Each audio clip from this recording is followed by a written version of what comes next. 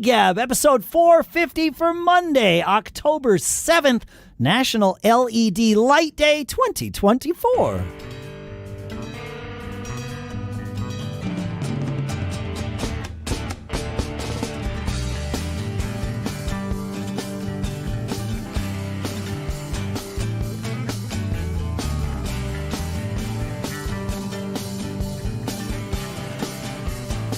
Greetings, folks, and welcome to Gig Gab. Welcome back to Gig Gab. If this is not your first time here, the show for and by and about working musicians here in Durham, New Hampshire. As usual, I'm Dave Hamilton, and my guest today is someone who has spent a ton of time on the road with artists whose names we know, like Britney Spears and Christina Aguilera, the Doobie Brothers, Sublime, Tower of Power, Gwen Stefani, and so many more.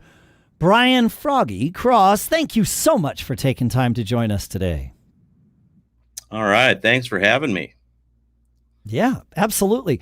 So you spend, as I said, you spend a ton of time on the road. You spend all kinds of time doing things.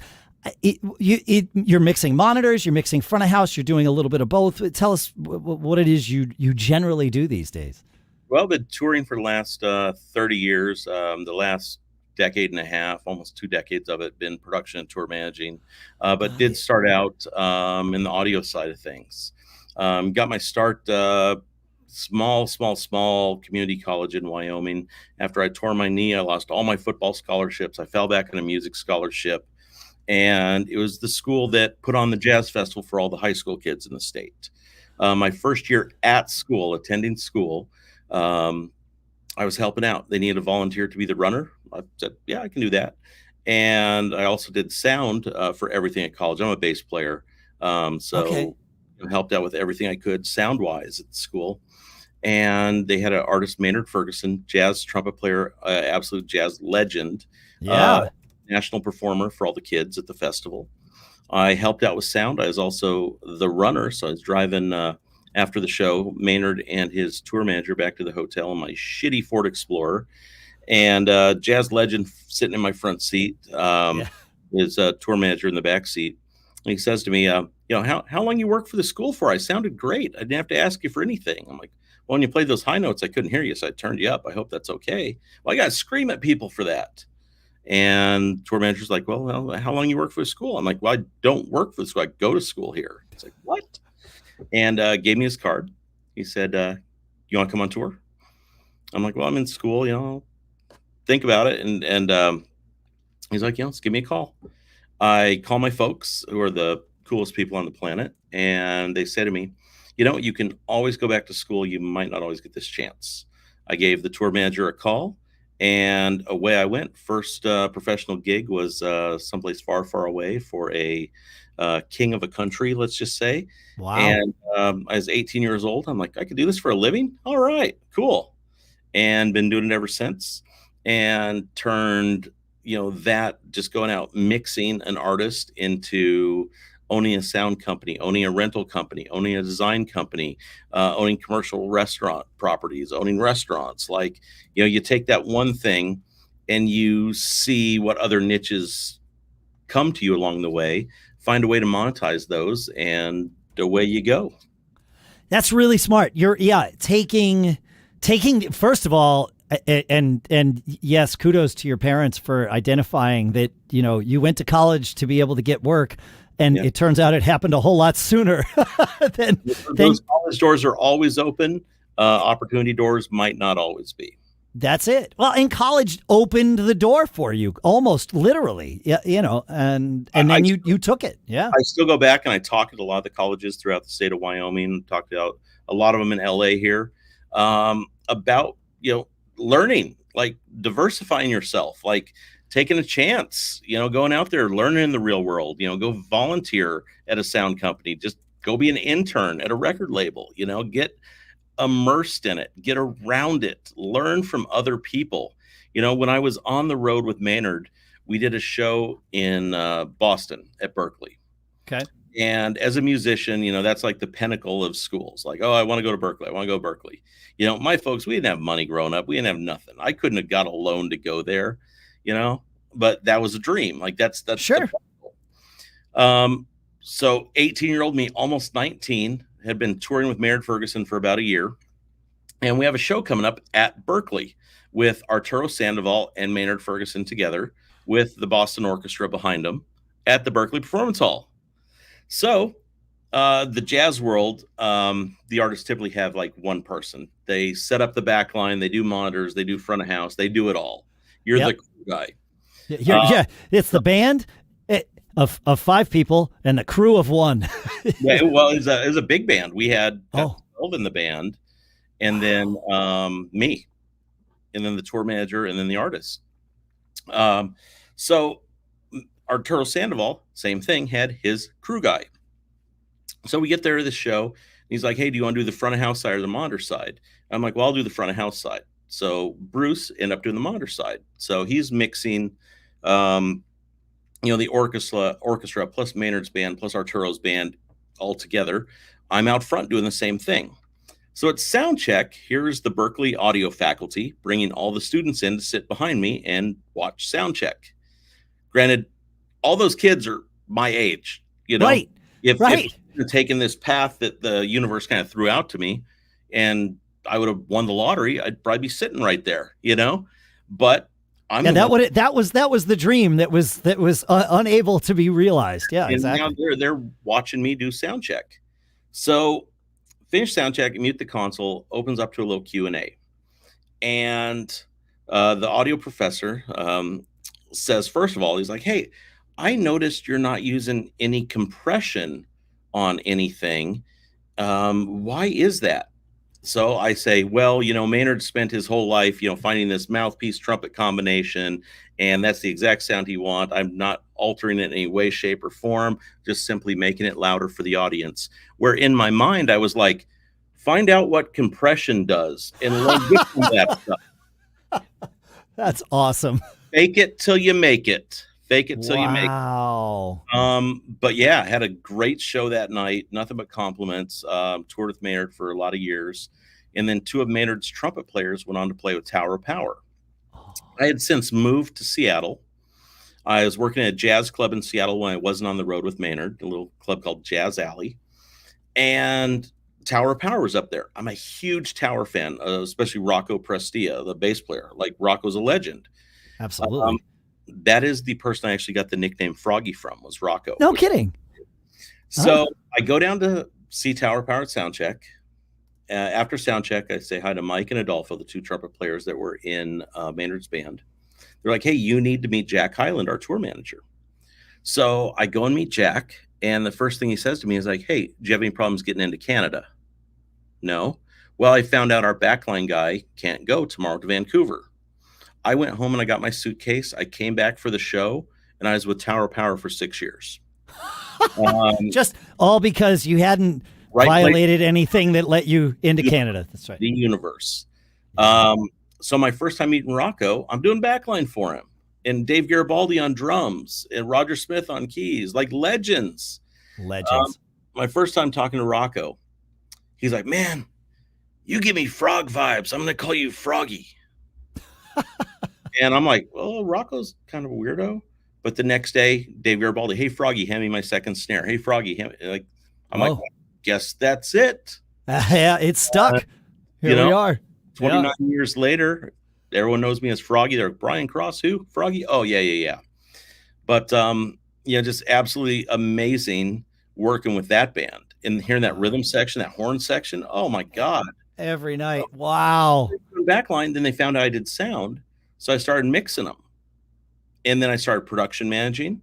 And then Jack retired off the road. And he's like, "Well, I'm going to have you tour manage the guys." I'm like, "Well, I don't know how to do that." And he's like, "Well, you're so organized. Everything's great. They love you. Any questions, just call me." And I started tour managing them at maybe 20, 21 years old. They'd been a band longer than I've been alive. And they had an amazing manager, Michelle Zarin, who was, from the Bill Graham camp. And when we weren't on the road with Tower, I got to work with her in the office, and not just learning so much from her about how to deal with people, how to interact with people, how to take care of a band, but the history and the stories from those Bill Graham days and that era of when music was music, and people played the music. Yeah. Just priceless time, and learned so much from it.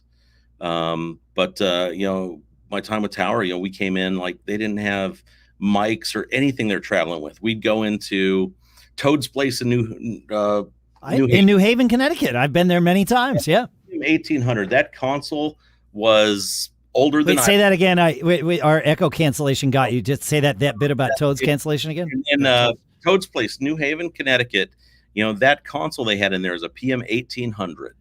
That console was older than I was when I went into Mixed Tower Power there. And you had to make it work because, anytime Tower was doing a show, there was not a single band playing anywhere because all the musicians in town were at the Tower show. So when you mix that band, you had to mix just absolutely like pure, clean audio. I always say like equal amplitude. Like you should, as an audience member, be able to sit there and pick out any instrument on that stage to your liking. Just a nice, flat, even mix. The band, especially a dynamic band like that, will work their parts as needed. You're not producing a record out there. You're making them louder. Yeah, that's interesting. And, yeah. And, years and years of that, absolutely just honed that craft, and then, shifted over into the kind of pop rock world, and was with, Howie Day, Vertical Horizon, Train, all of those like early 2000s. Yep. And, then over to the pop world after that, to the Pussycat Dolls for Day One Till the End. Christina Aguilera, Britney Spears, Gwen Stefani, from every role of mixing monitors, mixing front of house, production managing, tour managing, whatever needs to be done. Sure. When you put yourself again in that place of, hey, I could do that. You keep yourself working all the time. You don't have to always hunt down that next gig of like, when's the next front of house gig? When's the next mixing gig? When's the next this? Take the time, grow yourself, and then you can look at like, the gig will come to you. Can I do it? Yes or no? Or yes, I can. I'm going to learn it. Yep. Just like you learned how to use compression after somebody asked. Well, I don't know. I'm still working on that one. Aren't we all? Yeah. And by the way, I have to mention that mic you're talking into, one of my absolute favorite microphones on the planet, from Earthworks. It is. This is the up the road from you. It is. This is the Earthworks ETHOS. It's an interesting story. For decades, I've been this is my 20th year of podcasting. And when I first got into it, I used a bunch of different mics, and then finally settled on Bob Heil's PR40. Yep. And that mic worked for my voice. It sounded like me. I could work it the way I wanted to work it. And partially because of that mic, but just in general, I was always very adamant about using dynamic mics for broadcast/podcast work, right? Yeah. You're not picking up ambient sound and all. This room's fairly well deadened, but even still. And then the folks at Earthworks called me and said, we have a mic for you. And I'm like, oh, great. I test mics for them on the drums and things like that. Yep. And they're like, this one's for podcasting. And I'm like, you guys are making a dynamic mic? And they're like, no, it's a condenser. Mm-hmm. And I said, I don't know. And they said, you know what? Just try it once. Yep. And I think that was 5 years ago that they told me to try it once. I'm still trying it, but yeah. We did the testing on that one. Same thing. They sent that to me of like, hey, try this in one of your studios. So that mic now is currently on my overheads, which you can actually see behind me. Oh, yeah. The drum kit in the studio. Yep. We use those live on tour with the Doobie Brothers on all the guitar cabinets. We use those on Michael McDonald's Leslie cabinet. It is one of the most versatile, not known / underrated microphones on the planet. Everyone sees, oh, it's a podcast mic. They think whatever marketing person slapped podcast mic on it meant it's not just a badass mic for everything else you can put it on. Yeah, right. No, I love this mic.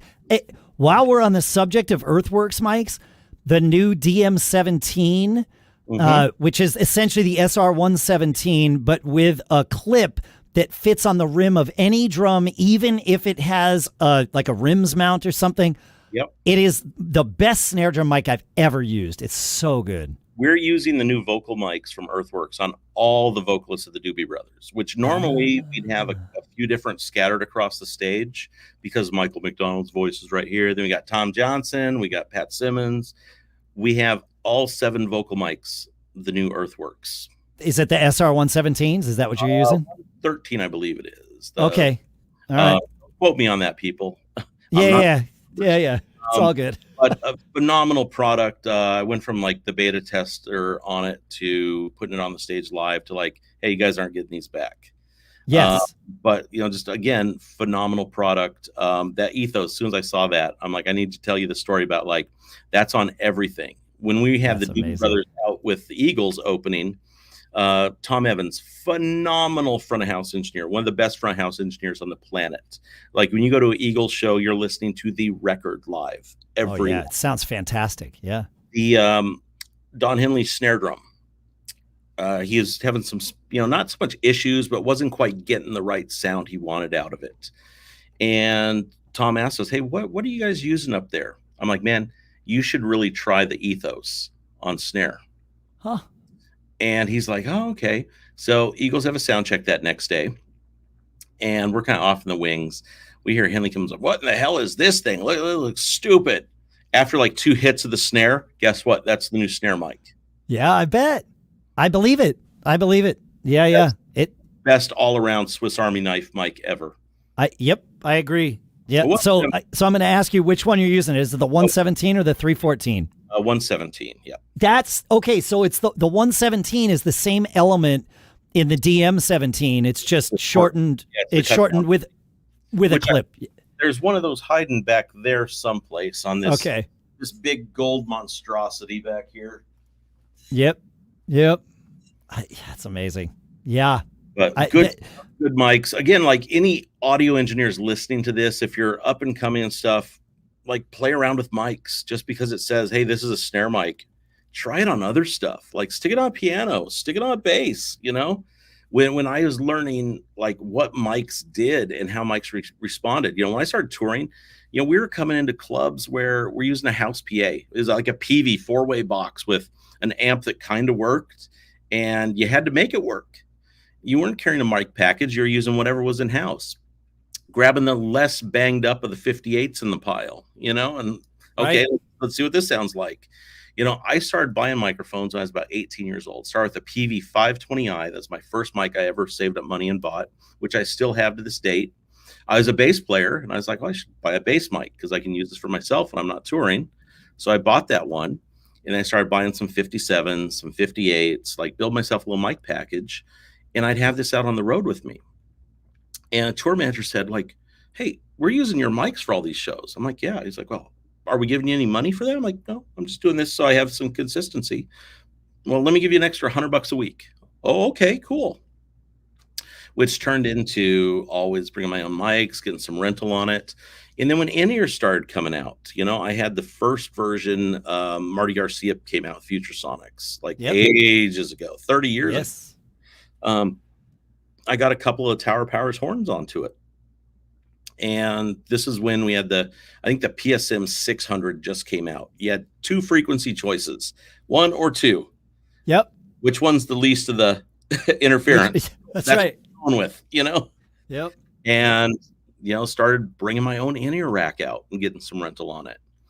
And then it led to buying some Pro Tools rigs when live playback started happening a lot more. And then it turned into owning consoles. Had a ton of D shows from Avid in the warehouse that, anytime I was out mixing something, chances are it was on my own console, on my own mics, with my own Pro Tools rigs. And it's just like taking that monitor engineer or like front house engineer paycheck to a rental paycheck to a gear paycheck, and then reinvest that back in yourself, reinvest that back in your company, grow with it. Yes. And it's been very, very good. Knock on wood over here. Yeah. I mean, and that's it is you just keep doing different things, but keep your options open. And the idea of renting out your gear that you're bringing, A, it makes your life easier because you have your gear, and B, it is getting wear and tear. You should be paid for it, and the industry understands that. Yeah. And as on your show, it's always be performing, always be working. Oh, yes. Always have your gear performing. Always have everything performing. That's why I have my studios in LA. It's like, every time I have bands here rehearsing or building a session or building this, I'd rather do it on my stuff, bring them into my room, where I know it's the best of the best gear. It's going to be good quality coming in. If I'm working with an artist that doesn't quite have the budget to get into, Capitol or, any of like the bigger studios, Ocean Way or anything like that, like, cool, stick them in here. Let's knock it out. I'll work my room back to what they can afford and they'll still get the good product. And then as they grow, they remember that, and they'll come back to you. They'll stay with you. And that's kind of been how I've done things for the last, again, 30 years, just put quality into it and make it work. Amazing. That's awesome. All right. I want to make sure I ask you about in-ears. Yes. You brought it up, but this is kind of part of the reason we met. The folks at Ultimate Ears introduced us. Yep. I want to dig into how you go about building an in-ears mix. A lot of our audience, we've been doing this show about 10 years. We've helped a lot of people get onto ears. I've been on in-ears for 20 years, believe it or not. And as a weekend warrior, it's way easier now than it was 20 years ago. But still, we all can learn, whether somebody's just getting into ears or has been using ears for a while. I'm always eager to learn how someone like you goes about setting up an ears mix with an artist. What assumptions do you make? What questions do you ask? How do you go about building that mix? Well, with Lil Proc, like right here, the technology has came so far on both the earpiece side and the electronic side. And just for the audience at home, you're holding up some version of in-ear monitor there. Yeah, this is the UE Live, which is my favorite ear on the planet right now. Loaded with like a ton of drivers. I forget how many they cram into that thing, but it's a ton of them. It's a mix of armature drivers. It's got a little micro speaker too, so it adds some warmth back in there. Yep. The most natural sounding ear I feel that's out right now. There's so many ear companies right now. It used to be like, there was one really good one. The rest were like right here. Now everything is right here.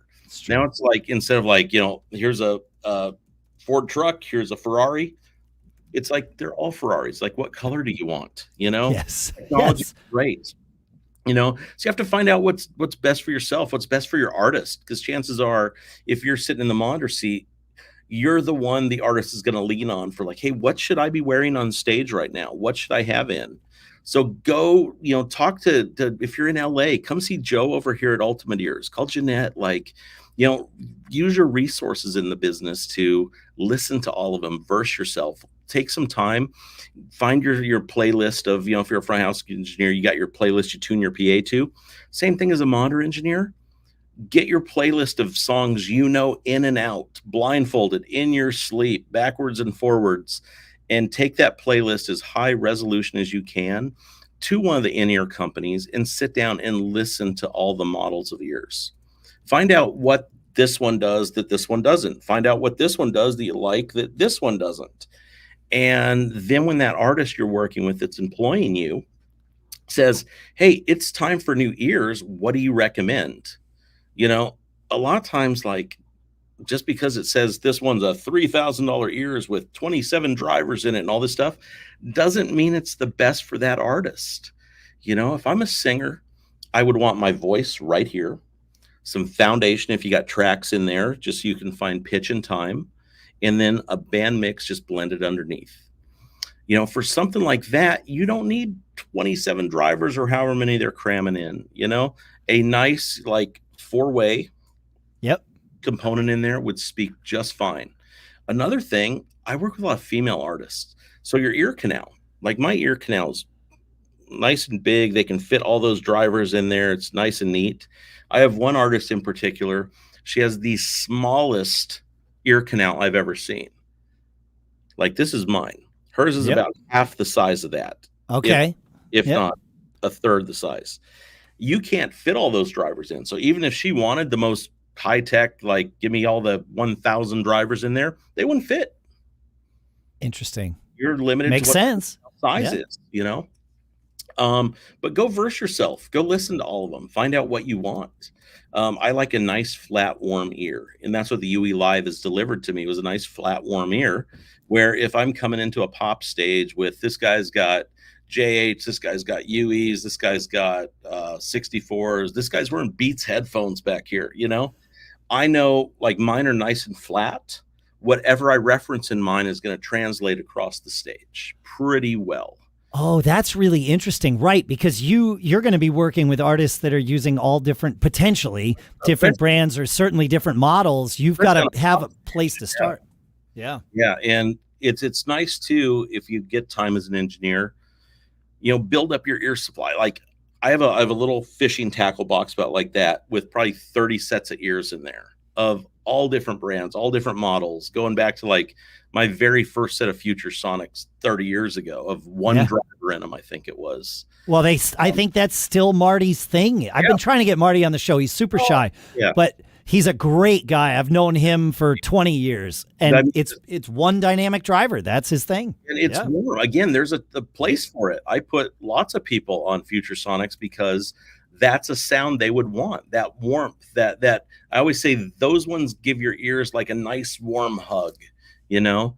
Other ones are very studio precision, like you can pick apart everything in them, but they lose that warmth and everything. So you're trying to create that warmth on the console and introduce it in there, and just start with one that's warm, you know, and then you can keep your console flat. But if I'm coming into a stage where I'm just hired as the new guy to walk in, build some mixes, and I get the opportunity to talk to the band first, instead of just like first time they're seeing me is when I'm sitting at the console, I'll just ask them, hey, what do you want to hear? And a lot of times drums will be like, hey, you know, just like make sure my kick snare hat's like speaking, put some playback into that so I can get reference of time, you know, put kick in either the thumper or the sub behind it, and, you know, make sure I get vocal. Cool. Awesome. And I'll go, I still believer in Notepad.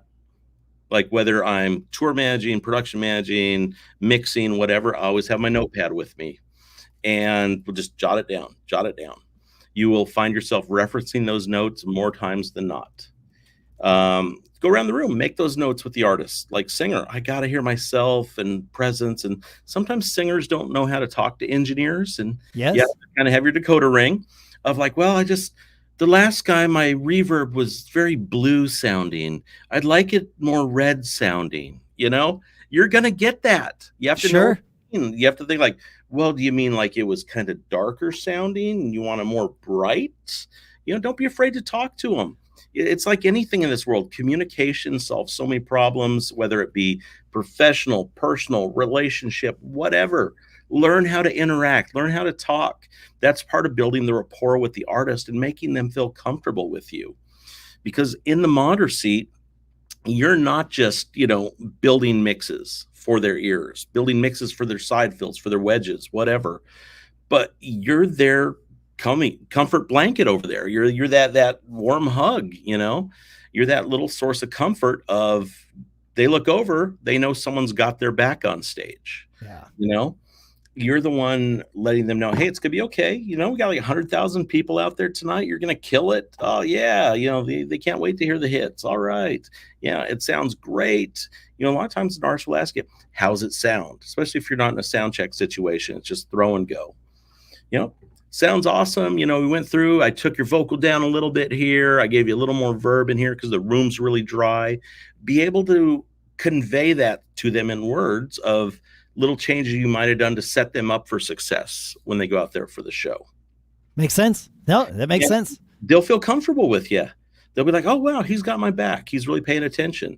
When you're at the console, make sure you're always trained on your artist, you know, make sure you're not over here, you know, looking at chicks in the crowd or you know, over here, you know, cracking jokes. Like they're the ones paying you right now. You know, I always say when I mix front of house, like, you know, when that band goes on stage, they gently rest their career in my hands for 90 minutes.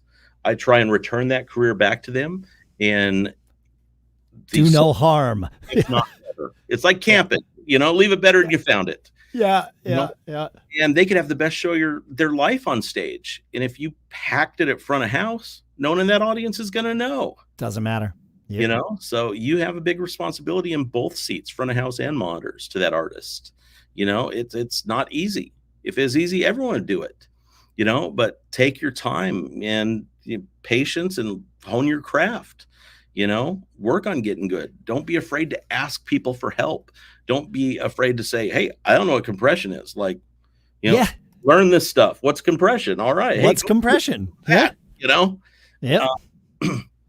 But, you know, after 30 years of asking the questions and, you know, hey, what are you putting on your front? What do you got on your output channels here? Oh, cool. Yeah, that's a good idea. Okay. You know, it's a great community we're in. You know, we have the good fortune of being able to employ ourselves in music. You know, the universal language, it translates all around the world. And, you know, we're not digging a ditch for a living. We're not, you know, pouring concrete for a living. We're working in music, you know. First of all, go into it with a good attitude and, you know, pick up some tricks and tips from people that have been doing it a long time. You know, don't be afraid to ask. Don't go into it with I know everything attitude. And you will come out the other side with a lot of success. I guarantee it. It's awesome. I want to dig in a little bit on sort of crafting that perfect in-ear mix.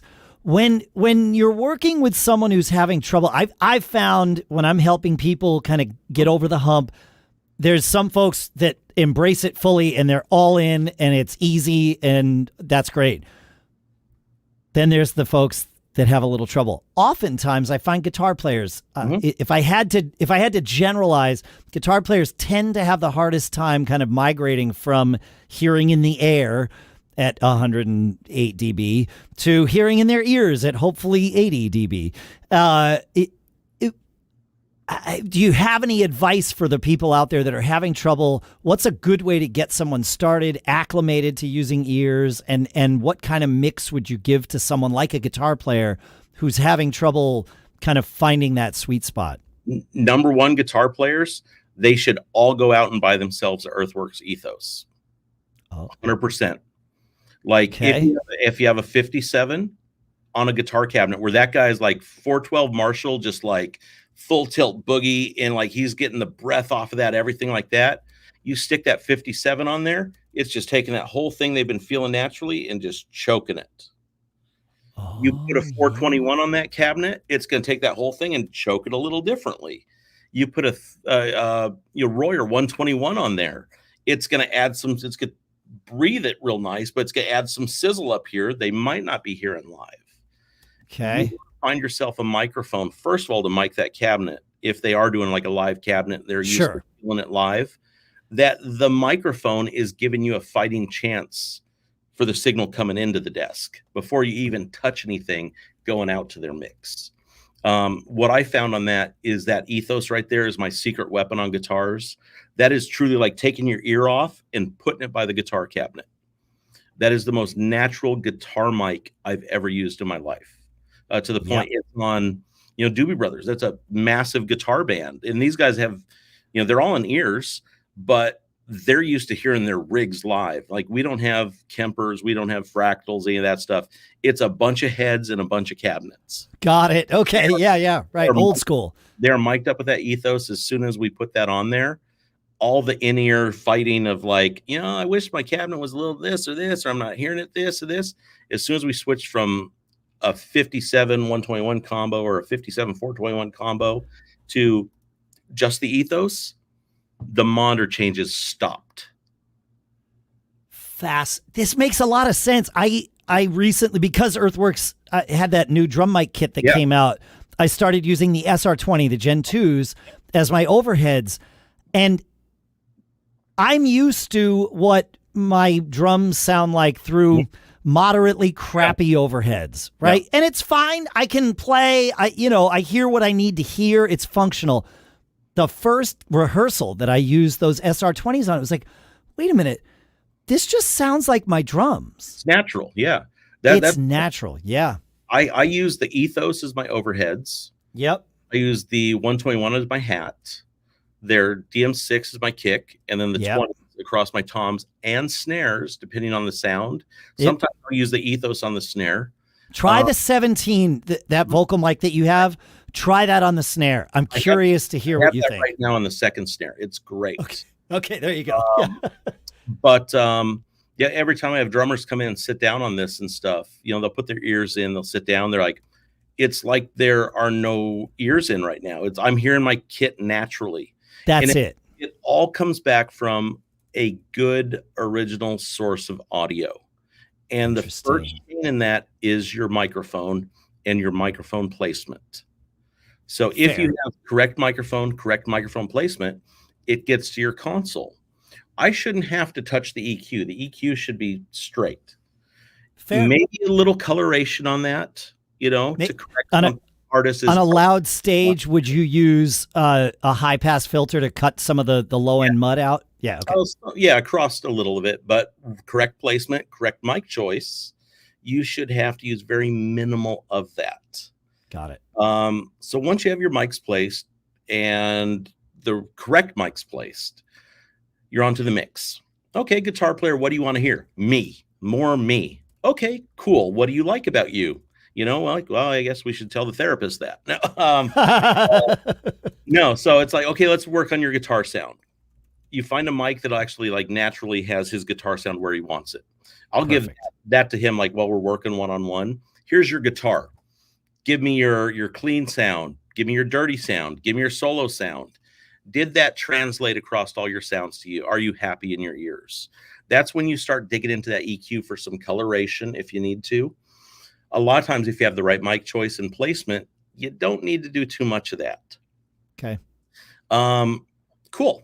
Well, let's build you a foundation up to your guitar now. Depending if, he's talking to the drummer that week. Oh, do you want some drums in your mix?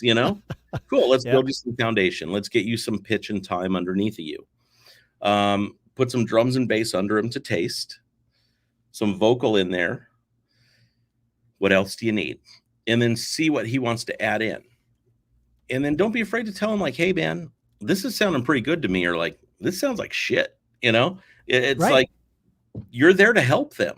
You might have some ego to deal with every once in a while, but just let them know, hey man, I'm here to help you. I want you to have the best show ever. I want you to get on that stage and only think about performing. That's all you have to do.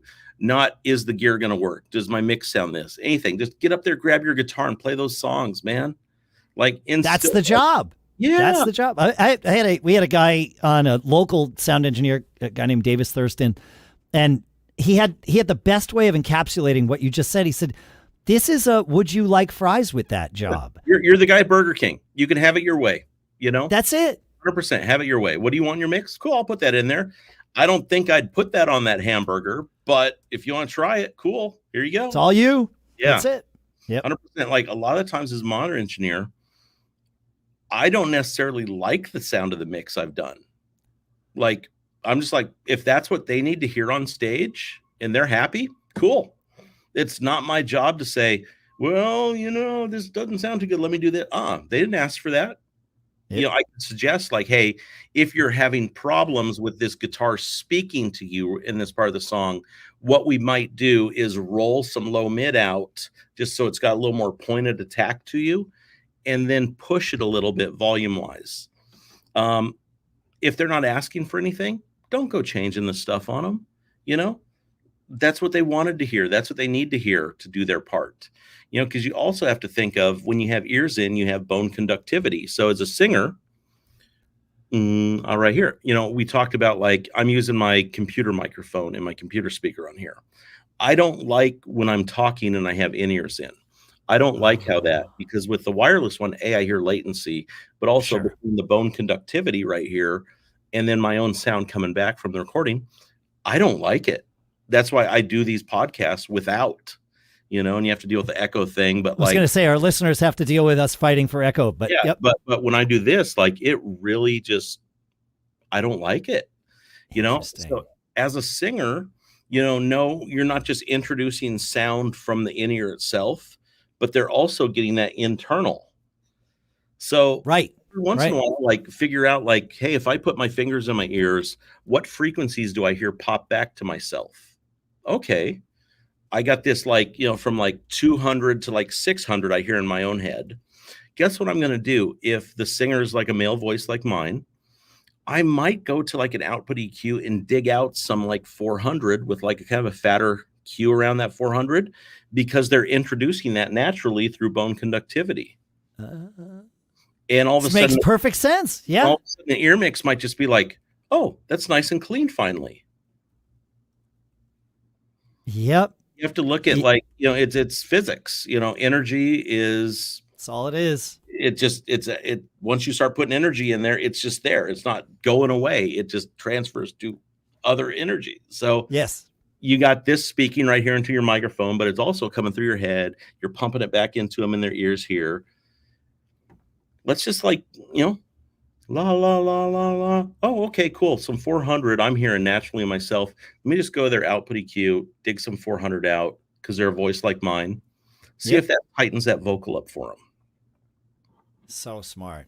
It's interesting. I've helped a lot of guitar players get on ears. One thing I found trying to solve the problem you solved with the microphone, I think I know as soon as you said it, I knew your solution was better, but there's often they're 10, 15 feet away from their amp. Usually I've actually added, 8 to 10 milliseconds of delay on their guitar.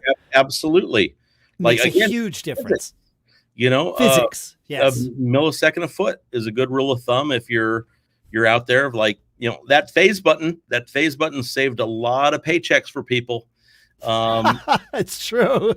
That's the first thing I'll tell younger engineers, like, oh, this just isn't sitting right. They're fighting this. I'm like, flip that out of phase real quick. See if that's going to kick you back in. Like I used to, like back in the analog console days, have like 2 rack shelves full of these things from Little Labs as a variable phase where I could go 0 to 180 degree phase and I just insert it on a channel. Waves has a really cool plugin called In Phase, which I did a tutorial on Waves' website for. So if you have a bass mic and a bass DI, and all of a sudden your bass is real floppy sounding and everything, you're trying to blend the two together, guess what? They're out of phase. It might not be 180 degrees. You might be like 31 degrees phase between the mic and that DI. You get them in phase, guess what? You have a tight bass sound. Same thing with from inside mic, outside mic. Drums, make sure your overheads are in phase with your snare, because all of a sudden you'll hear your drum sounds tightened up. Cool thing to do, Digital consoles are great because all that technology is there. You don't have to carry a rack of analog stuff around to compensate and tidy up. Not anymore. It's so much better. And not only is all that available to people at the level that you're working, it's available all the way down the line to everyone. Yeah. Everyone. It's just take the time. I mean, we are so fortunate to live in the world of the internet right now. Go online. Like if you have the good fortune of having some equipment with you, just look up YouTube videos on that console, tips and tricks on a PM1D, tips and tricks on a PM5D, and watch along and put your hands on it and do it and learn.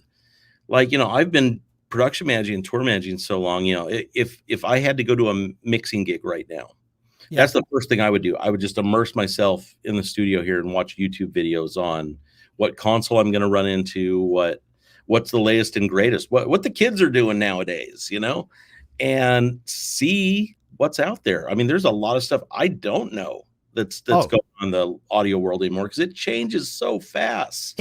You can't know everything like that. Anybody that tells you that's the person you don't want to hire, right? No. The other night on a gig, we were using, I forget what mixer it was, but it was a mixer I hadn't used before. And I needed to figure out how to do something. I pulled up ChatGPT and I said, I'm using this mixer. How do I do this? And it was right there. Okay, great. Didn't have to download the manual and parse through it on my phone, Yeah. Thanks, Elon. It's true. Yeah. This stuff's handy. The resources are so attainable right now for everyone. And there's so many engineers, like well-versed engineers. I mean, Pooch has his online school.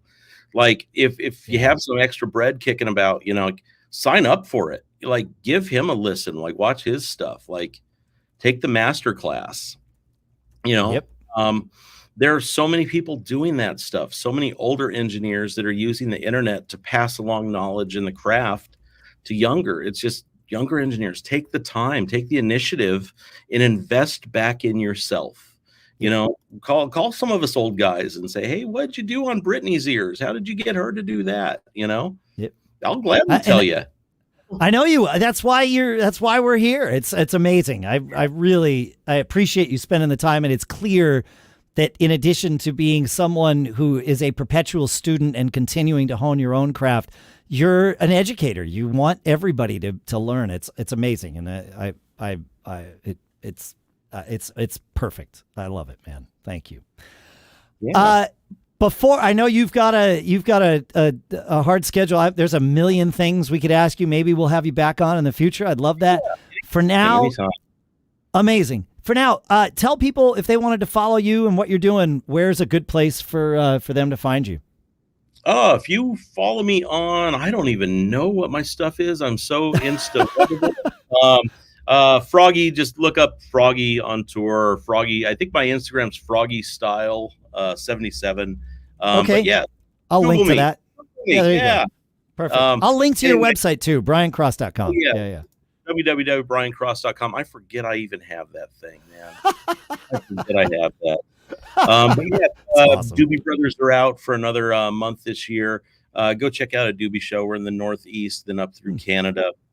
This great band, tons of hits, and just they play live music. It's awesome humans playing awesome music.